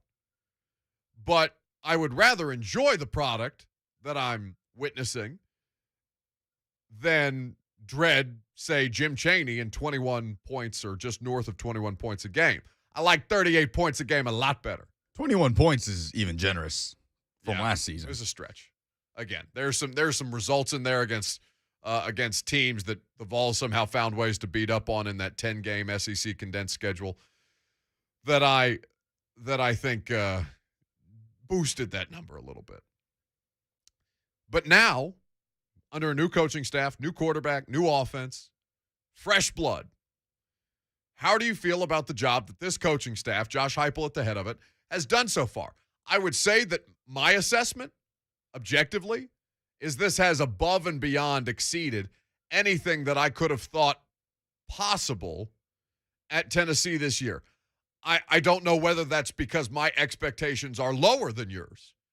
It's entirely possible, because as long as I've lived in the state of Tennessee, and really since I've been cognizant of sports, Tennessee has not left me with a lot to be, or not left me with a lot to expect from them, right? Always on the precipice, never really achieving at the level that you expect them to do. Really not since 2016, right? And even then, you're disappointed because you beat Georgia, you beat Florida, and then you still can't win the SEC East. So all of that to say, I would say that he has exceeded the expectations from my standpoint. But the fan base, as we just talked about, as we just finished talking about with Dan Mullen, it can feel a lot different when you're in one of those positions and when all eyes are on you. Let's go to Steve in Mount Juliet, who wants to talk about Josh Heupel. What's up, Steve? Hey, Buck. How you doing? I'm doing great, boss. Hey, I've been to several games, season ticket holder. I think Coach Hype's done a great job. I tell you the one thing I don't think that we get enough credit for. You look at that game Saturday against Georgia. We're 68 scholarship players, and the gap's not that wide. Okay, I think that's reasonable. I mean, I think that your talent. Listen, we're going to find out a lot more about Josh Heupel, and thank you for the call. I think that I would disagree largely on the point that the gap's that wide. Like, it's you don't have those players, those scholarships for a reason, right? Because this is the hill that Josh Heupel is having to climb. I don't want to remove that from a part of the equation. The roster attrition, whether it's players that left in the transfer portal after Jeremy Pruitt was fired for cause, whether it was guys that were graduating anyway, whether it was guys that were leaving Tennessee anyway. This, and by Heupel's own admission, this is as thin a roster as ever he's coached. But that's a part of how you assess the job that he's doing, right? Because that's where I'm trying to give you more credit, Steve, because he's exceeded. Again, it's a blowout. They got the doors blown off them in the second half by Georgia. You have Hendon Hooker throw the interception. That's where things start to get on shaky ground in a hurry. But when Josh Heupel takes the podium, and when you see the biggest selling point on Josh Heupel for me is that I know who they are as a football team. I understand how they're defining their own identity. I'm looking at this and saying, I see when the Tennessee Volunteers take the field under Josh Heupel and his staff, a clear path for them, whether they're able to accomplish that or not, but a clear path forward on offense and on Tim Banks' defense that defines what Tennessee football is in the year 2021. And that's something that carries down, that trickles down from the head coach, just like he had to say in his press conference this week about having just zero doubt in who they are as a football team at this point.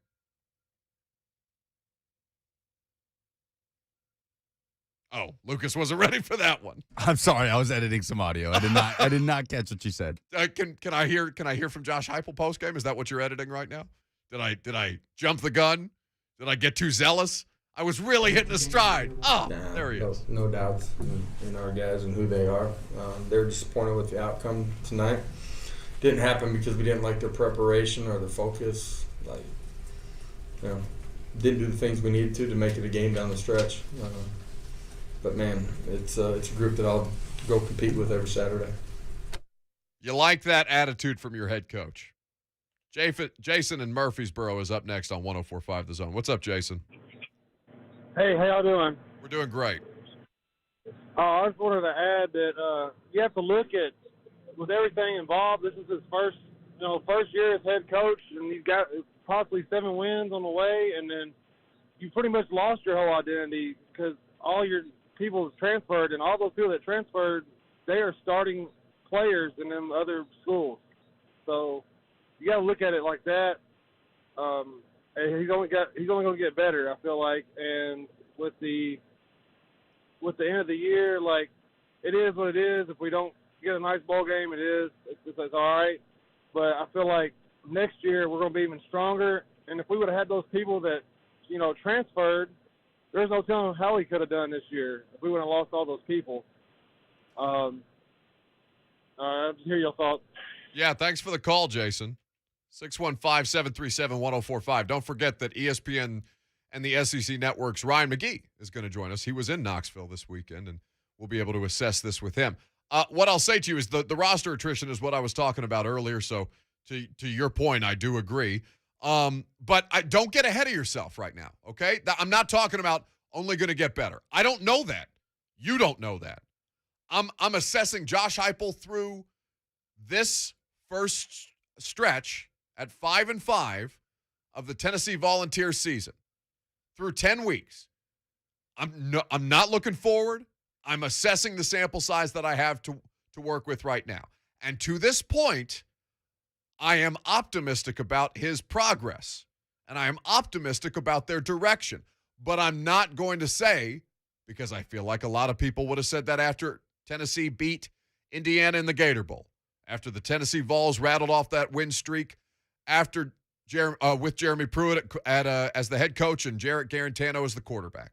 You would have said it's only going to get better. Yeah, beat Auburn and Kentucky, 2 ranked teams in year 1. You just have to take a step back. So we'll talk about that with Ryan McGee coming up next. Maybe Ryan will want to hang out and take some calls. We can do that. 615-737-1045.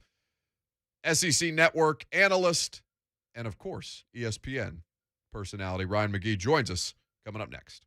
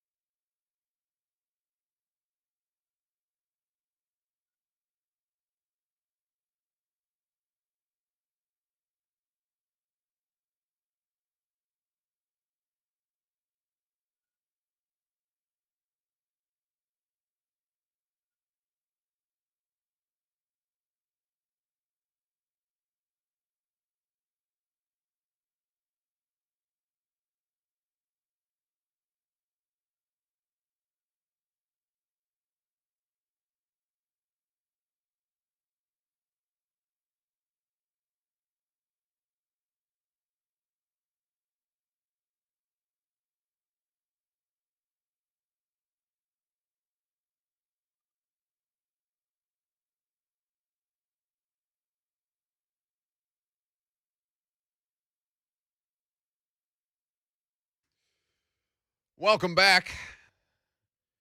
Buck Reising here with you till 1 o'clock. A lot of Vols talk today. I hate that we have to wait until Tuesdays to do a lot of college football, but the NFL just suffocates the life at everything else.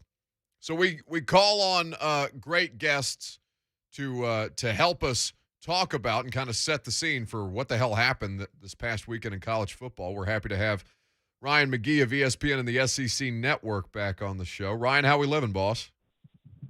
We're living pretty good. We kind of got that. What is it? Week 11, week 12. See, that's where we are actually. I don't even know. That's exactly what week it is. But the week 0 thing always throws me off, I think. But I'm good. I'm just we're as my dad likes to say, it's time for the whipped cream to hit the mixmaster. So it's the next couple of weeks. A lot of stuff's going to happen, and we've had plenty happen leading up to this. And no doubt about it. So I guess we should start with what's probably the biggest story. I mean, maybe it's not the biggest story in your opinion in college football, but at least for Vols fans, I'm watching Dan Mullen, and I'm being reminded of Butch Jones not that long ago in these press conferences, Ryan. And I would like for you to tell me why I'm wrong if you can. I can't tell you you're wrong at all. In fact, we were in Knoxville last weekend, and I had that. We're up on the hill at Tennessee, and there's a story that I tell about Butch. He's so mad at me that I tell it, but the day of the Georgia game, which was really the end of the Butch Jones era. That game, if y'all remember, that game was literally over in 5 minutes. Yeah. First time I've ever seen fans leave Neyland Stadium at the end of the first quarter, and I remember talking to him on the bus before he went out to do his very awkward interview with Paul Feinbaum. And I made a real big deal out of setting my microphone down and saying, Coach, how are you doing? Because I liked him. I just want to make sure he was okay. And just the way he responded to me, he's very nice, but he said nothing. And that's when I was like, he's done. Like, he's toast. And that's how I feel about Dan Mullen. I got a column up today on ESPN.com about Texas and Florida both, and how, I just don't – I mean, Dan Mullen's like talking down to us now. And it's like, dude, him barking at all of us for using the word disappointing to describe, the most points ever given up in a half of football at the Swamp in 100 years, and it's this damn Samford, and you're mad at me because you're embarrassed, and it is 100%. That's a totally fair comparison, and I say that because I've been making it for at least a week. At ESPN McGee is where you can follow him. ESPN.com is where you can read him, and, of course, you can catch him on Saturdays with our buddy Marty Smith on the Marty and McGee show that's going to be in Tuscaloosa this weekend for Arkansas at Alabama. Yeah, we played 2016 Butch Jones earlier in the show today after they beat Missouri, but Florida beats LSU. They're mathematically eliminated from winning the SEC East, and he's just asked about, is it disappointing to have this situation? And it's the same spiel about, I'm not apologizing for wins, basically. And I heard the words come out of Dan's mouth, and I heard Butch's voice, which is something that I miss very much as a local sports talk radio host, which was great content. Yeah. Not a bad situation at Tennessee. When you let the outside stuff start to take over what you're doing, you've lost it. And that's what happened to Butch. The stories about it, he wanted every story that mentioned him on his desk when he came into work, Monday morning. And once you think Nick Saban's doing that? You think Nick Saban spends any time at all reading anything that any of us write about him? Not a chance. And whenever coaches start to, clap back in their minds to the media, then that's when I know they've completely lost they've taken their eye off the ball, literally. And so in Dan Mullen's case, you could just see it. And this isn't new. This just didn't happen after Samford. This has been going on for a month. And it's just once the outside noise takes over, man, the water's been poisoned and you're probably in trouble. Does Lane Kiffin do that but use it to his advantage? See, he turns it into a joke. That's the thing is if you watch Lane Kiffin press conferences, he will very cleverly bring up something that you wrote or something that you said, but that's just because he's got his face in Twitter all the time. Yeah. But he also understands what Twitter is. Twitter's a recruiting tool. He understands it's not real life. You can't get – if I was going to get my feelings hurt, Vol Twitter or whatever they call it, would have me in rehab right now. And it doesn't bother me at all because it isn't real life. And Lane Kiffin understands that. And so, you look at Lane all the time. Lane's always constantly turning to Kyle, the SID at Ole Miss, and like calling him out publicly. You should have prepped me for this. He's not actually mad at Kyle. He's just messing around. So when it takes a turn and it suddenly becomes like a legit, like narrative conversation from a coach, that's just your every day is a pie chart, right? And what are you focusing on?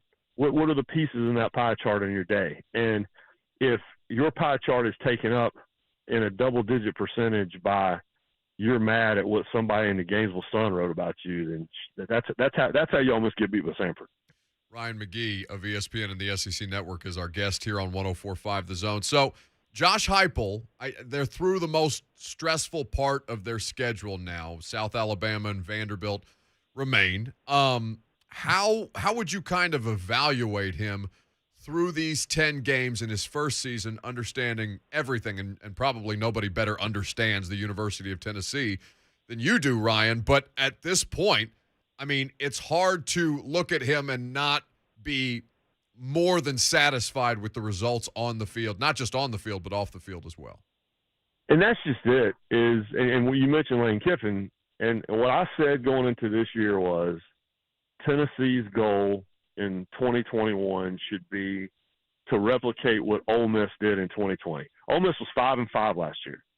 And if you walked in, I'm literally in Charlotte here where I live. I'm literally staring across the street of the sports bar. If I walked in there right now and asked everybody what was Ole Miss's record last year, they'd probably say they won 8 games. And that's just all about momentum and attitude and the way you're perceived. And, even when you're losing games, the conversation about you is happening. They're talking about you on Sunday and on Monday and on Tuesday for the right reasons. And that's exactly what Ole Miss did a year ago. That's exactly what Tennessee's done this year, hovering around 500. They're probably going to win 7 games. Maybe come here in Charlotte where I live, go to the Duke's Mayo Bowl, have a great weekend, beat the pants off of North Carolina, and go home. That's a good year, man. I told you talking about my Tennessee ties, I told all my old college roommates and my in-laws and all the people that wear me out all the time, I said, listen, if the football tooth fairy comes to you right now, this is in August, and says you take 6 wins and play in a decent bowl game pretty close to New Year's Day, you say thank you very much and take it. Yep. And that's exactly what's happened this year. And oh, by the way, they're also fun to watch. So yeah, no, it's you could feel it in the city as soon as I got there Friday morning, as opposed to that Georgia game, the other Georgia game a few years ago, Butch's last real, the day his era ended. Everybody acted excited, but they kind of knew what the deal was. Everybody in Knoxville was really genuinely excited, and they understood they were probably going to lose to Georgia. But hey, let's try to score more points than anyone's done all year, and they did it. And for a loss as big as that was on the scoreboard, felt pretty good. And that's not a moral victory; that's just a momentum victory. Which I think is such a clear distinction that people are whether they don't want to draw it or whether it's just we lack nuance in sports conversations, which I think is probably a larger societal statement. The difference between moral victory and momentum victory, it is so critical, and I feel like that's been something that we're trying to suss through here locally and with Vols fans watching things like Dan Mullen and how badly Vols fans wanted Dan Mullen and kind of wiping your brow a little bit at the fact that that's not the path that they chose to travel, even though the Jeremy Pruitt experience was unpleasant for them as well. I felt like watching Dan Mullen and projecting what that would have been like in the state of Tennessee. I mean, there is such a toxic level of, just give up. Just give up in their fandom that I think you rarely see fan bases get broken. But something like that, I think, would have shattered a lot of people. Yeah, I'm not a Garth. I can't stand Garth Brooks. And Garth, if you're listening, I apologize. But unanswered prayers, right? And you didn't get Gruden, and you didn't get Dan Mullen. Oh God. And sometimes those things work out okay. And I think they'll take what they have over what they might have had. What does Texas do at this point, Ryan? Because Ryan McGee of ESPN and the SEC Network is our guest on 104.5 The Zone. I don't understand why it doesn't work. I obviously don't cover Texas football the way that many more people with boots on the ground do day in and day out. I'm not understanding why the thing that, for all of the reasons that college football programs succeed, just can't figure it the hell out. Right now, they just don't have dudes. I mean, that's the thing, is that they don't have guys, which is insanity to think about. But part of their problem too is that it's okay, all you youngsters out there. I was just talking to Roman Harbor about this yesterday. Alabama was generic for a long time, in the 90s and into the 2000s. And the reason that they kind of lost their way after Bear Bryant passed away is they couldn't just walk into every living room in every high school and just take whatever players they wanted anymore. Pat Dye wasn't scared of them. Johnny Majors wasn't scared of them. Even the guys at LSU, none of this program, Florida, Steve Spurrier wasn't scared of them. They just went and got their players. And what you find in Texas now is that, TCU and Baylor and Oklahoma State and, SMU and Louisiana and everybody else, LSU, they're not scared to recruit against Texas. And so right now, Texas just doesn't have dudes. And, I think Mullen's done. But I think that Sark is going to have time. We all freak out, but he still hadn't even finished his first year yet. But it's a bad scene, man. And what he's learning right now is that job is not about football. That job is about managing a $100 million program and almost a $200 million athletic department. And I remember Mac Brown telling me about, he'd been on the job like a year. And he's walking out to the practice field and a helicopter lands. And they're like, Coach, you got to get on that helicopter. He's like, why? And because Governor Perry's wife's birthday is this afternoon and you have to go make an appearance. And he's like, I'm trying to get ready for Oklahoma State. But that's the job. And so Sark's having to figure that out right now. And he's going to get some more time. But in the short term, all those guys, defensive line coach said go get in a transfer portal. I have a feeling a lot of those guys are going to do it, and that's fine. It's kind of like Tennessee. Everybody got all upset during the winter about guys transferring out of Tennessee. I'm like, they weren't any good. Let them leave. Right. Get some guys in there that want to be there. With what's happening at LSU right now, and I don't know, the Edo situation has so many layers to it, and obviously just lame duck head coach. I don't know if he's enjoying life more now that he has no responsibilities, no real responsibilities, or not, but I saw your colleague Tom Luganbill get out there and say that he wouldn't be surprised if Lincoln Riley of Oklahoma is the next head coach at LSU, and I'm wondering if that's just a product of rumor mill after one Oklahoma loss, or if that's something that actually makes sense. If Lug said it, then there's something to it. Tom's not one that just throws stuff up against the wall. He's not one that just says stuff just to say it. He's not going to say it, and he is so dialed in with all those assistant coaches because Tom has been the recruiting guru forever that he usually has a pretty good feel for it. And I can tell you this, it ain't going to be Jimbo Fisher. It was so good. It's not. It's not. Marty and I went and shot those commercials that everybody's so tired of looking at now, where we rode around in the pickup truck with Jimbo all day, and we spent the day on one of his 2 ranches that he owns in College Station to go with his 3rd ranch that's in West Virginia. He just got a $15 million raise, and for playing on New Year's Day, and he just. We were just there a couple of weeks ago. He's not going anywhere. I've never seen anybody happier. And so I don't think that, if you go to A&M, and to me it's the most underachieving program in the history of college football, with the resources they have, where they're located, all those things. And Jimbo knows that. And they are paying him $90 million. They had just spent almost all that on the football stadium and facilities. He's good, man. I think there's nothing that he can get at LSU that he can't get at Texas A&M. And oh, by the way, Big Brother down the road can't get out of its own way, and Jimbo's taking all the players.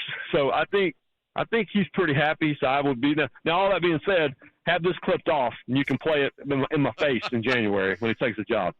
I don't know. I thought that he was so good in the press conference. I don't know if it was Mike Tomlin good, where he's just shooting down the USC stuff point blank, but to say that, I don't want to go anywhere else and coach against the killer recruiting class that I've just put together, I think that makes a lot of sense to me. Now, I understand the coaching in college football is more fluid than it's ever been, but that alongside what you've just said, it just doesn't make any sense for it to happen other than the fact that it's something to talk about. I think I feel the same way about Lane Kiffin. I've known Lane Kiffin since we were kids. And I've been around him since we were kids. And I grew up in Raleigh, and his dad was the coach at NC State for a couple of years. And my dad was refereeing scrimmages. That's how. I've been around Lane Kiffin since he was 6. Never seen him happier. Yeah. And he's like a grown adult now. And you go around Oxford, and it is literally. I mean, I can't believe they haven't already put a statue up of the guy. They love him so much. And so, there's something to be said for being happy. And I think those guys are happy. Yeah, it's. I'm telling you this. Then I'm going to take the Florida job. The Florida job is like, remember in the Indiana Jones and the Last Crusade, where the guy chose the wrong cup and he drank it and he aged like 1,000 years in 10 minutes. That's what the Florida job is. I don't know if anybody wants to take that job. Well, it's certainly going to be fun to watch over the course of the next couple of weeks. Ryan McGee of ESPN and the SEC Network has been our guest. Check out the Marty and McGee Show Saturday morning. If you are in the Central Time Zone, as we are, you can watch it from 8 a.m. to 9 a.m. before all the rest of the SEC Nation festivities begin. Live from Tuscaloosa, Alabama this weekend. Ryan, thank you as always, buddy. It's always a pleasure to catch up. Thanks for making us smarter.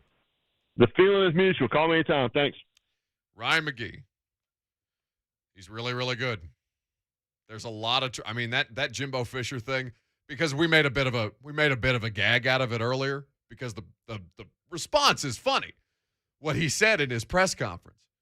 But, I mean, two giant ranches in the state of Texas, a $15 million raise, and a program that is known classically, consistently for underachieving, where you've just got to mess things up for Alabama every once in a while, and now he's got the plaque next to his name of first Saban assistant to take down the big guy. My guy is cruising. Oh, he's in the perfect spot. He has everything that you could have resource-wise that you would at LSU without the pressure of, they hired him to win a national championship. But at LSU, if you don't win a national championship or get close in 3 years, you're done. You're out of there. Yep. The last 3 coaches there have won national championships. I like what he said about being happy. Something to be said for that. Let's go to the phones real quick. Chuck is in West Nashville, wants to weigh in on the Vols. What's up, Chuck? I really enjoy listening to you guys talk, but I think you're right on top of the UT Prep thing. The only quibble I would have with Josh Heupel is maybe his fourth down decision playmaking in games, and maybe why they don't ever run the ball with the quarterback under center when they only need 6 inches instead of pitching it back. But as far as it goes, people don't realize he was only one play away from beating Pittsburgh and Mississippi, how close that game was. And also, he was without his top running back for several of these key games during the year. That means a lot when you didn't have Cade Mays when you played Alabama. You don't have Tyne Evans for Georgia and Alabama and all these key games in Kentucky, and still they played competitive. So to me, he's been a breath of fresh air for Tennessee. Hey, thanks so much for the call, Chuck. It's good context. That's my one nitpicking thing, right? I talk about it with Austin Burlage when he comes on. We talk about it with John Reed and with Ryan McGee. I'm skeptical. I'm not out, and I'm often confused by his critical down decision making. That's the only thing. And all you can ask of Josh Heupel at this point, in his first year, win the games you're favored in, be competitive in the games where you're underdogs. It's exactly what he's done. Squeeze in Jared in Hendersonville, who wants to weigh in on the Vols before we wrap things up for the day. Hey, guys, thanks for taking my call. Just wanted to drop some perspective. I'm not a Vols fan. I'm married into it. We moved up here in the past couple of years. But, I see a lot of similarities to the team that I root for, especially back in the early days when we started to get some momentum, right? You got a guy that's got a good system in here that can recruit some athletes to fit that system. So I think from an upside standpoint, you got to really appreciate what it could be, right? And I think, some of the obvious, he's got to recruit well. He's got to build depth in the trenches. But I do think, one call out from a hurry up, no huddle perspective, Saban himself admitted the the benefits of being able to run that with precision, right? But if you're going to ride or die by the hurry up, no huddle, you can oftentimes get your defense in a bind, which I think I've seen a couple times, watching the games with the wife. And so you got to be able to have a solid defense to survive some of those slugfests that he will see in the league now. So I just wanted to call that out. I think there's some good upside. I benefit, from having a happy wife with the balls looking better. I think there's a lot of good coming down the pipe. Let's see how he recruits, and I like the system, and you got to appreciate what he can do with it. I'm happy that your marriage is staying on track because of the success of the football team. Jared, It's important. That's good to hear. Hey, listen, I don't doubt that one bit. We'll wrap things up. Polls up next.